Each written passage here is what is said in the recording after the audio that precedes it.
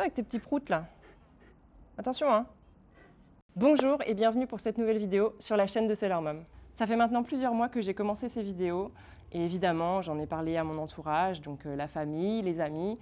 Et dernièrement, il y a quelqu'un qui m'a redemandé les liens de mes vidéos pour pouvoir les transmettre à une amie qui allait accoucher prochainement. Donc j'étais ravie qu'elle ait pensé à moi pour éventuellement pouvoir aider et informer son amie. Et je me suis dit que s'il y avait une vidéo que je devais absolument faire pour une femme qui allait accoucher et que moi j'aurais bien aimé avoir, c'est une vidéo sur tous les maux physiques auxquels on va devoir faire face quand on est enceinte et ensuite quand on accouche. Parce qu'évidemment, c'est pas comme dans les films.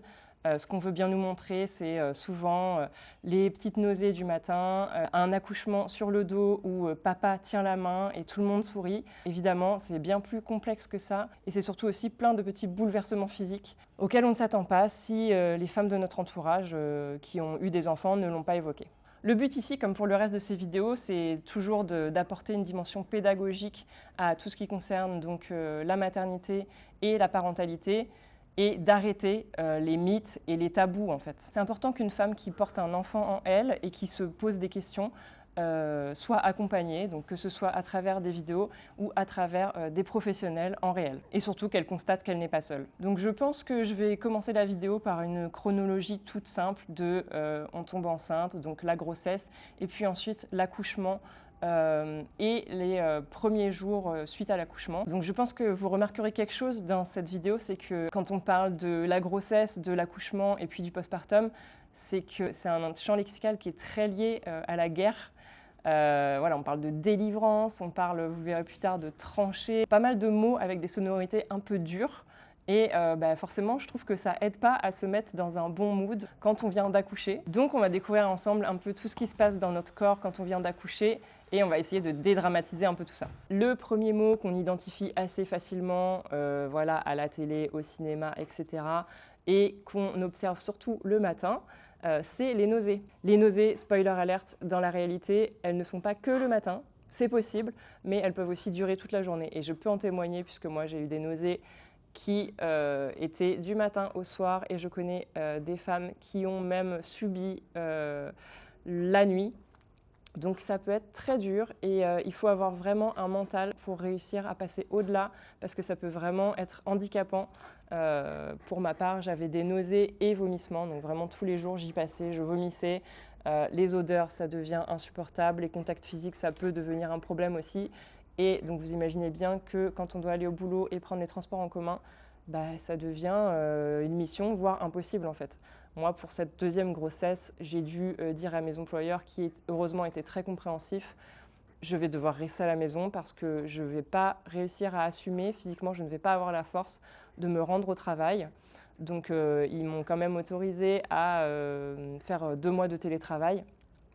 Mais ça peut être difficilement acceptable pour voilà, des supérieurs, surtout s'il s'agit d'hommes qui ne comprennent pas forcément la portée parce que malheureusement c'est encore super tabou. Et pourquoi je dis que c'est encore super tabou? C'est-à-dire que moi j'ai quand même vu 3 médecins différents plus ma gynéco pendant ces nausées parce que vraiment j'alertais, je disais je n'arrive pas à gérer, je suis épuisée, je devais prendre un taxi pour aller à mes rendez-vous tellement j'avais peur de vomir dans les transports et juste je ne supportais pas, j'allais faire un malaise. Et 2 médecins et ma gynéco m'ont dit bon bah écoutez vous allez prendre voilà, donc ils m'ont prescrit du Cariban, prenez un petit peu de Cariban pour calmer les maux. En effet ça a fonctionné une fois que j'ai commencé le traitement, mais ça ne m'a pas empêché d'être juste à bout de force.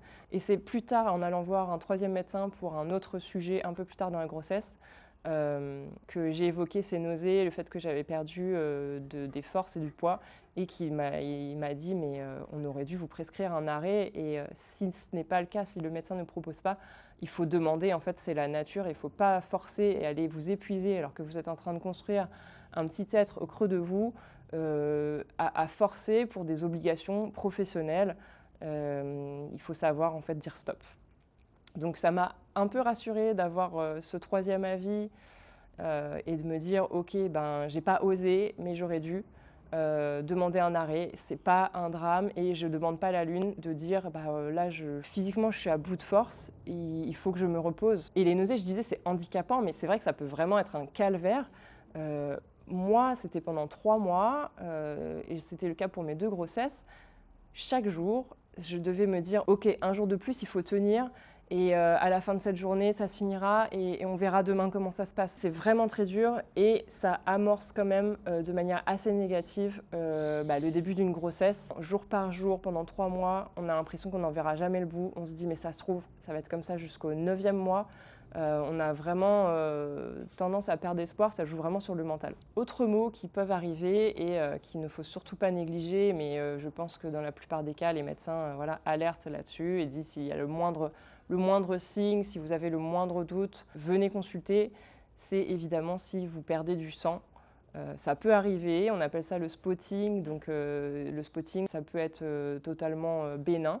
Quoi qu'il arrive, il ne faut pas hésiter à aller voir un professionnel de santé, juste pour se rassurer et se libérer l'esprit, et pour constater si justement c'est que du spotting et qu'il n'y a rien de grave, ou si ça peut être les prémices de quelque chose d'autre. Moi, pour ma part, ça m'est arrivé, et en fait, ça s'amplifiait de jour en jour, et il s'est avéré que ça s'est conclu en fausse couche. Alors évidemment, je vais parler des mots que moi j'ai pu vivre.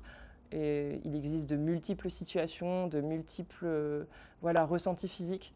Donc surtout, n'hésitez pas, si encore une fois vous avez un doute, si vous ne vous sentez pas bien ou que vous vous dites non mais ça va passer, on appelle son professionnel de santé ou on va consulter, et vaut mieux aller consulter pour rien que d'attendre et de se dire qu'en fait il s'avérait que c'était quelque chose de potentiellement grave. Ce mot, c'est les œdèmes. Si vous trouvez quand vous vous déplacez que vous sentez un peu de pression dans les jambes ou ailleurs, ça peut remonter jusqu'au pubis, n'hésitez pas à en parler.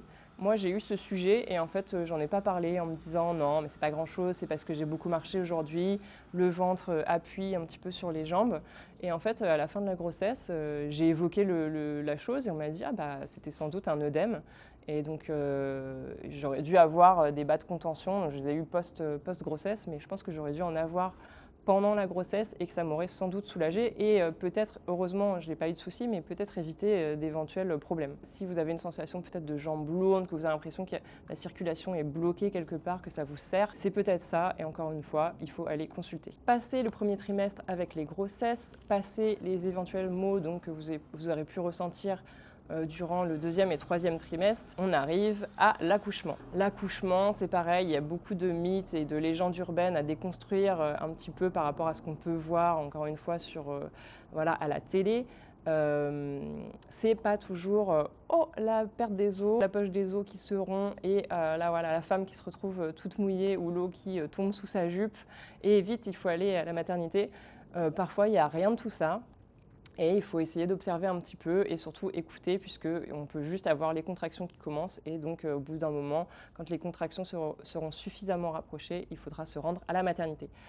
Vous pouvez éventuellement perdre, juste avant l'accouchement ou quelques semaines avant, le bouchon muqueux. Le bouchon muqueux, c'est un espèce de petit amas organique, un peu grisâtre, et qui vient boucher en quelque sorte l'entrée de l'utérus. Et celui-ci peut se dégager un petit peu avant ou pendant même que vous avez les contractions.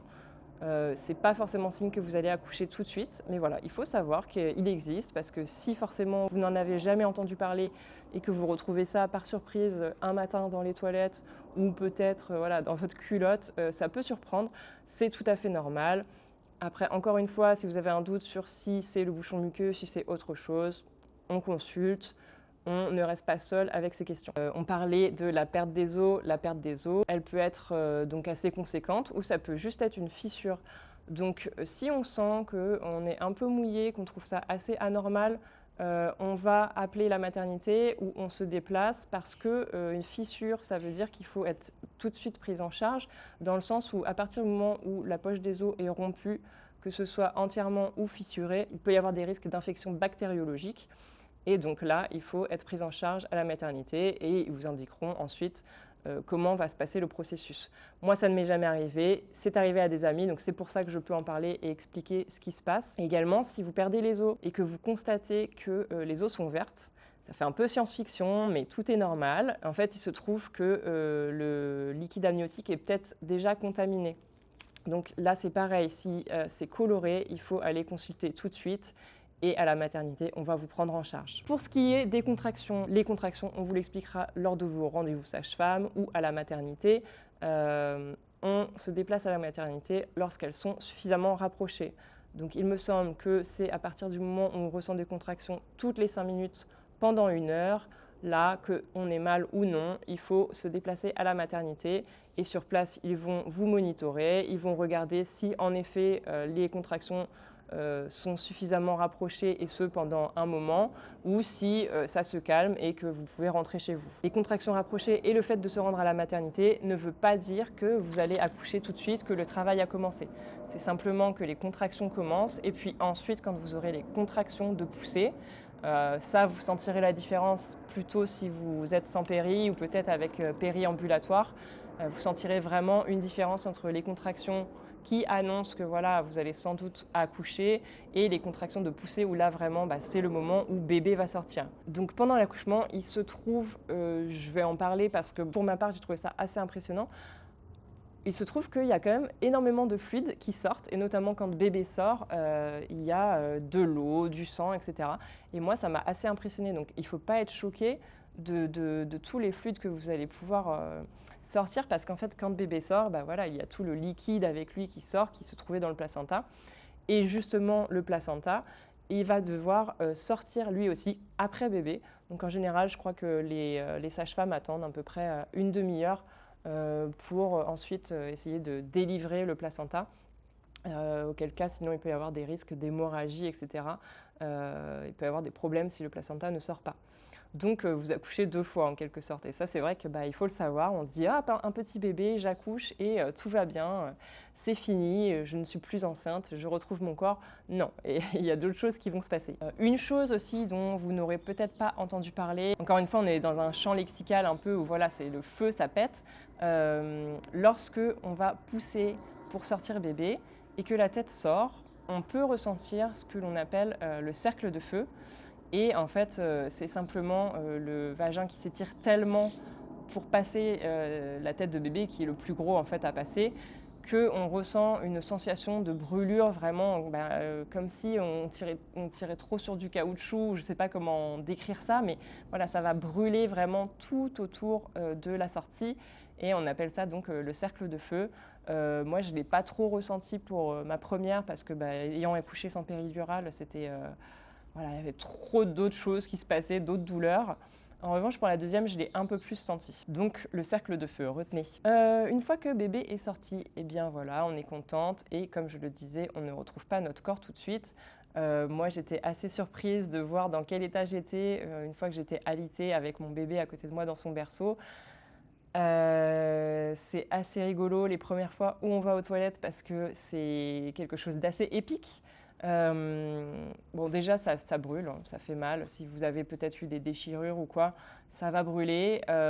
Et en fait, j'avais vraiment l'impression d'avoir un chouchou, un vieux chouchou. Vous savez, les chouchous trop usés là, qui s'étirent à peine, là, qui sont tout détendus. À la place du vagin, vraiment, c'est quelque chose de particulier à vivre. Et on se dit, mais quel chantier je vais devoir faire pour récupérer tout ça? Parce que vraiment, on se dit qu'il va y avoir du boulot. Pour retourner dans ce que je disais tout à l'heure, le champ lexical de la guerre, on va parler des tranchées. Les tranchées, c'est quoi? Alors, c'est quelque chose qui va occurer pendant 4 à 6 semaines après l'accouchement.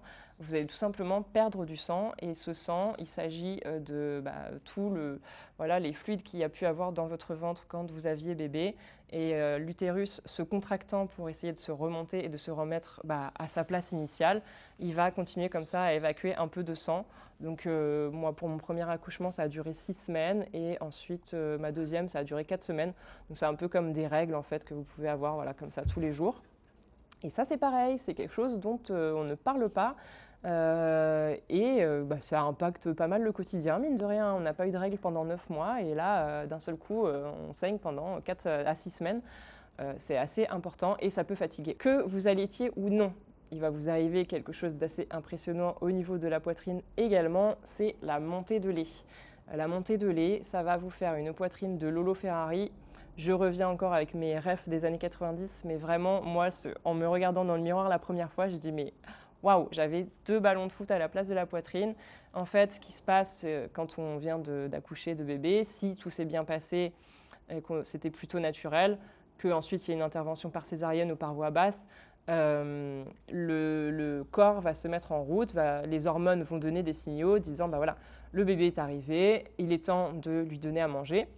Et donc tout le lait va affluer par vos canaux et vous allez avoir vraiment une poitrine énorme et dure, vraiment j'ai l'impression que c'était dur comme du bois, qui peut être douloureux parce que forcément on passe à un volume énorme comme ça d'un seul coup et ça peut faire assez mal. Je vous rassure, ça se réduit quand même assez vite, ça va venir se stabiliser au fur et à mesure que bébé va venir téter et puis prendre son rythme. Tout va se caler comme ça, s'équilibrer. Mais en effet, ça peut être très impressionnant et douloureux. C'est pareil, une fois que bébé, si vous allaitez, se met au sein, ça peut également être un peu douloureux au niveau des tétons. Vous pouvez saigner. Il peut arriver que bébé ait du mal à prendre le sein. Donc ça, les professionnels, durant les 3 jours post-accouchement à la maternité, vous accompagneront là-dessus, d'autant plus s'il y a des conseillères en lactation présentes à la maternité. Donc là, déjà, vous pouvez constater que post-accouchement, il va se passer plein de choses dans votre corps, des choses auxquelles on s'attendait sans doute plus ou moins, évidemment la montée de lait, et d'autres choses dont on n'a pas forcément été amené à entendre les récits, donc les tranchées, qu'on appelle aussi l'oshi, ou Loki, je ne sais pas comment on dit, le fameux cercle de feu, et j'en passe. Donc là, vous constatez déjà que pendant l'accouchement et après l'accouchement, il se passe plein de choses dont on n'a pas forcément entendu parler, des choses un peu attendues comme la montée de lait et des choses dont on n'a pas forcément déjà été confronté au récit, tels que le cercle de feu, les tranchées, le bouchon muqueux. Ce qu'il faut savoir et qui peut être un peu surprenant aussi, c'est que pendant les 3 jours du séjour à la maternité, on va être vachement sollicité.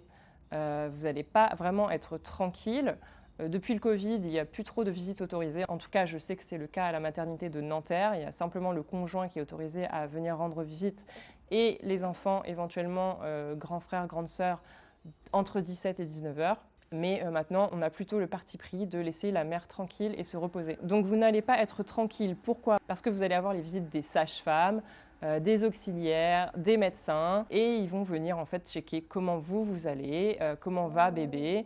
On va aussi venir vous réveiller toutes les 3 heures, réveiller si tant est que vous arrivez à dormir bien sûr, vous réveiller toutes les 3 heures pour donner à manger à bébé, que ce soit au biberon ou au sein. Et donc c'est assez dur, hein, de jour comme de nuit, d'avoir ces visites parce que ça nous casse un peu le rythme là où on aimerait bien juste voilà, pouvoir souffler un petit peu, mais c'est évidemment ultra important et merci à toutes les équipes des maternités qui font un travail de jour comme de nuit, voilà, assez impressionnant. Et bien que ce soit fatigant, c'est évidemment ultra rassurant, apaisant de se dire je ne suis pas toute seule, je suis accompagnée et on va m'apprendre, si j'ai le moindre doute, la moindre question, on va m'apprendre et on va pouvoir être là, je vais pouvoir solliciter quelqu'un pour voilà, avoir des réponses. Une fois que vous êtes sorti de la maternité, donc là vous allez découvrir le monde à la maison avec un petit bébé, ce qui n'est pas toujours évident, ça peut être assez anxiogène. Et donc voilà, les mois vont passer comme ça. Bon, vous avez vos tranchées qui continuent. Et puis au bout de 6 semaines, il va y avoir le sujet de la rééducation. Parce que comme je vous le disais, le vieux chouchou tout détendu, là, il va falloir le remuscler un petit peu. Et donc on va avoir 10 séances qui sont prescrites à la maternité de rééducation du périnée qui sont à faire à partir de 2 mois et demi. Et ces séances, bah voilà, elles vont être là pour nous rendre un peu le tonus passé de ce périnée qui a bien travaillé et pouvoir éventuellement avoir envie de faire pipi sans faire dans sa culotte. Et croyez-moi que les premiers jours, les premières semaines, c'est pas évident parce qu'on n'a pas forcément récupéré et c'est vrai qu'il peut y avoir des petits accidents, c'est pas sexy, mais c'est comme ça.